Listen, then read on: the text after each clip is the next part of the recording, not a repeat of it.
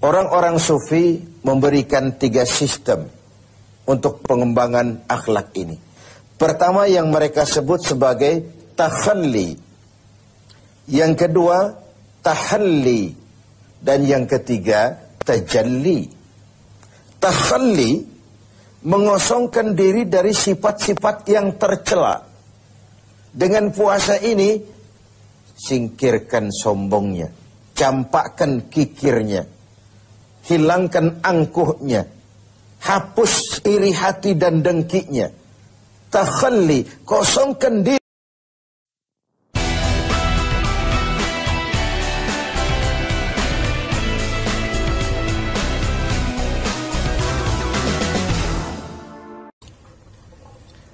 Adalah umum bahwa orang yang memiliki sesuatu tentu ingin merasakan nikmat dan manfaat dari sesuatu yang dimilikinya itu. Apa gunanya punya radio bagus kalau telinga tuli? Apa gunanya punya sepatu mahal kalau tidak punya kaki? Apa guna punya televisi berwarna, gambarnya terang kalau mata pun buta?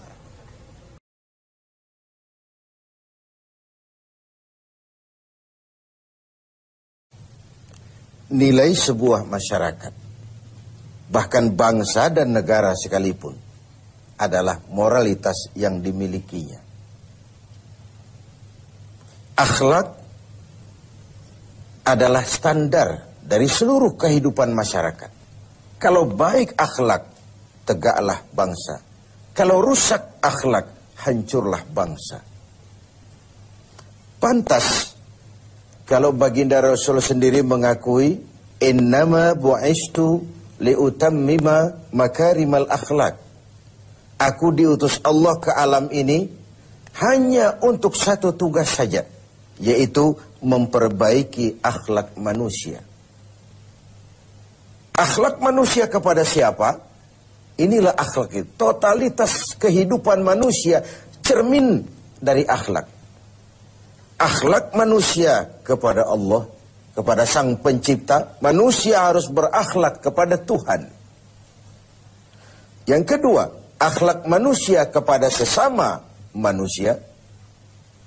Dan yang ketiga, akhlak manusia kepada makhluk Tuhan lainnya di luar manusia. Flora, fauna, dan sebagainya. Satu tugas tapi mencakup 3 dimensi paling pokok dari kehidupan manusia. Atau 3 dimensi pokok kehidupan manusia tercakup dalam satu tugas. Dan tidak bisa ini berjalan secara tidak seimbang. Berakhlak kepada Tuhan tapi tidak berakhlak kepada sesama manusia. Berakhlak kepada sesama manusia tapi tidak berakhlak kepada flora, fauna, kepada ekosistem, kepada lingkungan hidup. Pengabaian terhadap sesuatu akan menimbulkan akibat bagi yang lain. Apa yang kita alami sekarang ini? Terjadi perubahan alam karena ulah manusia sendiri. Akibat kita tidak menjaga akhlak kepada lingkungan di mana kita hidup. Sebuah contoh sederhana, Rasul mengajarkan, man jama'a malan bighairi haqqin sallatahu Allahu bil ma'i wattin. Barang siapa yang mengumpulkan harta dengan cara yang tidak benar, Allah akan membalasnya dengan air dan tanah. Apa artinya ini? Banjir dan longsor. Akibat apa?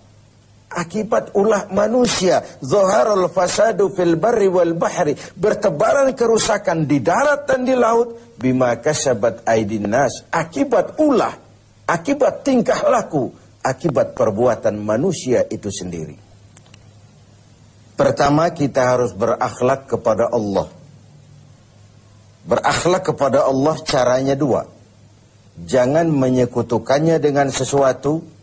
Yang kedua, jangan menyembah kecuali hanya dan untuk Dia. Yang kedua, akhlak kepada sesama manusia. Bahkan baginda Rasul menjadikan akhlak ini sebagai kapital, sebagai modal utama dalam perjuangannya membangun masyarakat manusia, dalam perjuangannya melaksanakan tugas-tugas dakwah. Dengan akhlak, dengan pendekatan yang human interest, berdasarkan kepentingan kemanusiaan itu sendiri. Mau sukses di masyarakat, utamakan nilai-nilai akhlak.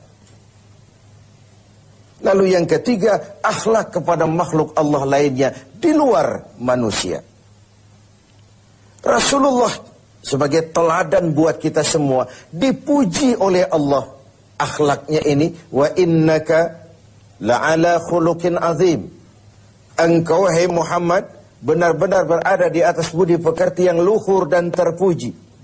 Allah saja memuji, apalah artinya pujian kita?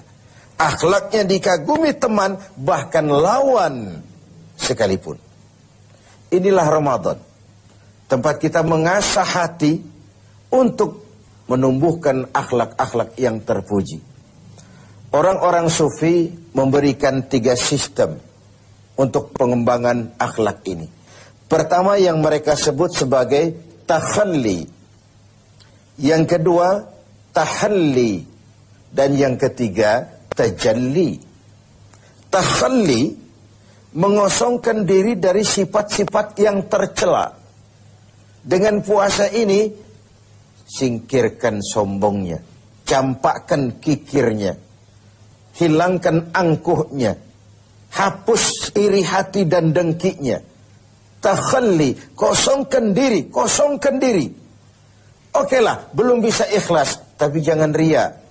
Okelah, belum bisa rendah hati, tapi jangan sombong. Hilangkan dulu takhalli, mengosongkan diri dari sifat-sifat yang tercela.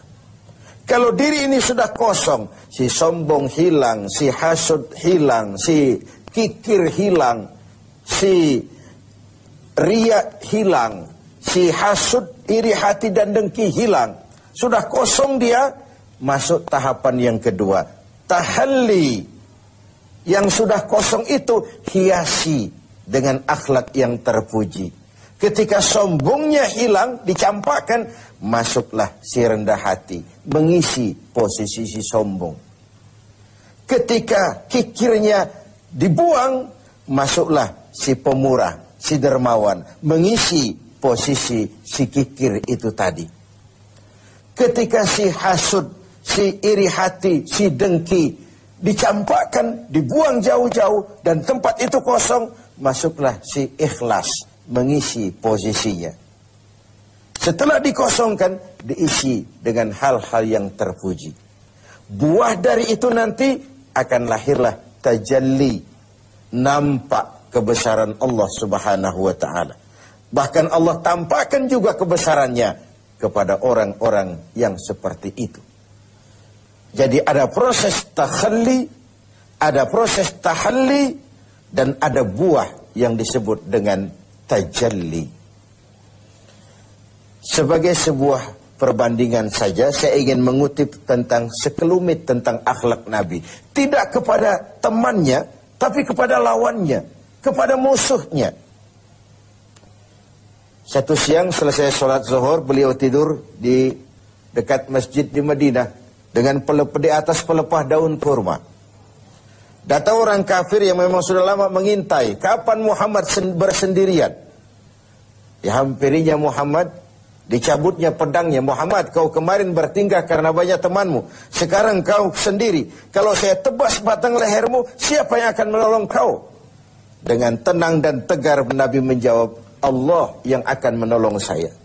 Mendengar kalimat Allah, si kafir yang bernama Daksur itu gemetar, keringat dingin bercucuran sebesar-besar biji jagung. Tangannya basah, licin, pedang jatuh ke tanah. Pedang yang jatuh itu diambil oleh baginda Rasul, dibalikkan ke leher Daksur. Daksur, kalau sekarang aku yang tebas batang lehermu, siapa yang akan menolongmu? Tidak ada ya Rasul, kecuali kalau kau mau memaafkan saya.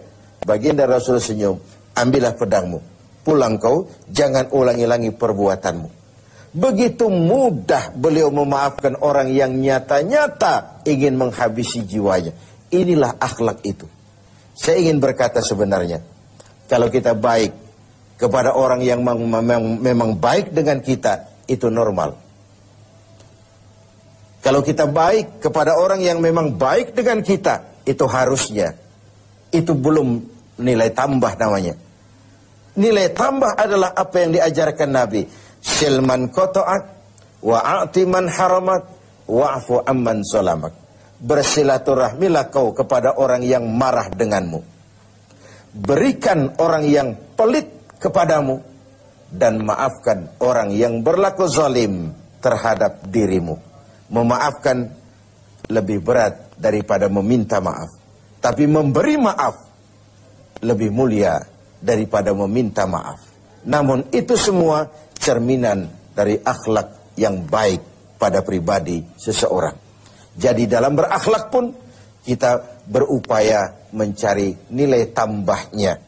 Nilai tambah itu seperti contoh yang diajarkan Nabi. Orang marah, kita bersilaturahmi ke sana. Orang pelit, kita berlaku baik kepadanya. Orang zalimi kita maafkan. Itu nilai tambah dan itulah akhlak itu. Hendaknya ibadah puasa kita menumbuhkan akhlak-akhlak yang terpuji dan mengikis semua akhlak-akhlak yang tercela. Sehingga dengan demikian kita akan mencapai tajalli, nampak kekuasaan Allah Subhanahu wa taala di dalam kehidupan kita. Sungguh suatu bangsa akan tegak dan jaya selama masih punya nilai akhlak. Kalau hancur akhlak, runtuhlah